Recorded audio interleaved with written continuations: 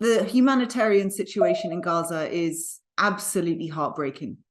And it's not just a matter of numbers, it's also a matter of decades of society being razed to the rubble, of the orphans that are left behind. I have to tell you that as a British parliamentarian, I haven't received so many emails on any one subject before. It has really captured the hearts of the British public. My party, the Liberal Democrats, believe that now is the time for an immediate bilateral ceasefire, not the truces or the pauses that we have been seeing, because the problem with a pause is that it accepts that this level of devastation is acceptable. But with that, we also want to make sure that in this parliament, we are discussing what happens next. A ceasefire is not enough. It is not enough to just stop this.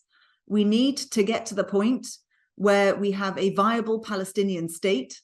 That two-state solution with both peoples living without fear is what we want to aim for.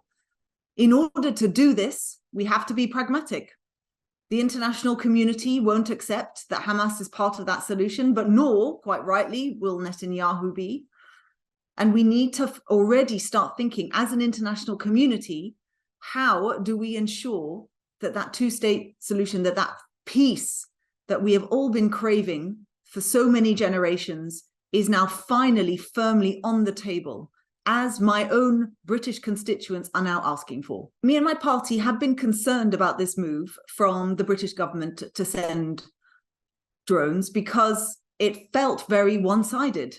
It felt like they were helping just the Israelis, and they could have at the same time said very clearly that they were going to also make sure that any evidence that they gather would also be sent to those who are looking for evidence of war crimes, for example, the International Criminal Court, and they haven't done that. So in Parliament, we have expressed that concern. We have said over and over again that any evidence that is gathered should be allowed to be sent to those who are aiming to hold accountable what is happening on the ground in Gaza. Separately, we think that it is an important step that the hostages are released. These are innocent people also. These are people who have fought for peace, many of them. And so I'm very worried about the British government in any way being seen as complicit. We have warned them that this is how it looks. They have also assured us that they will be helping with the military to get aid in. I think that is to be welcomed.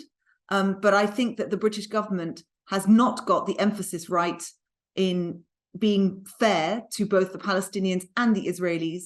There is certainly a perception in Britain that this government has taken the side of the Israeli government, and I think that needs challenging. The message I have to people in Palestine and across the Arab world is that the British public are looking across at what is happening, the untold devastation, the horror, and they are deeply moved. And we're seeing this in the protests, we're seeing this in vigils.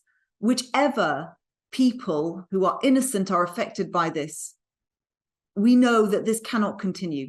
And what parliamentarians in the British Parliament are saying to each other is that we cannot stand by and let this keep happening. For too long, peace between Israelis and Palestinians has been left on the too difficult pile. That is no longer a future that we can countenance. We want this to change. We are being demanded to change it by our constituents. And I really hope that the British Parliament and future British governments will step up to the plate and make that a reality.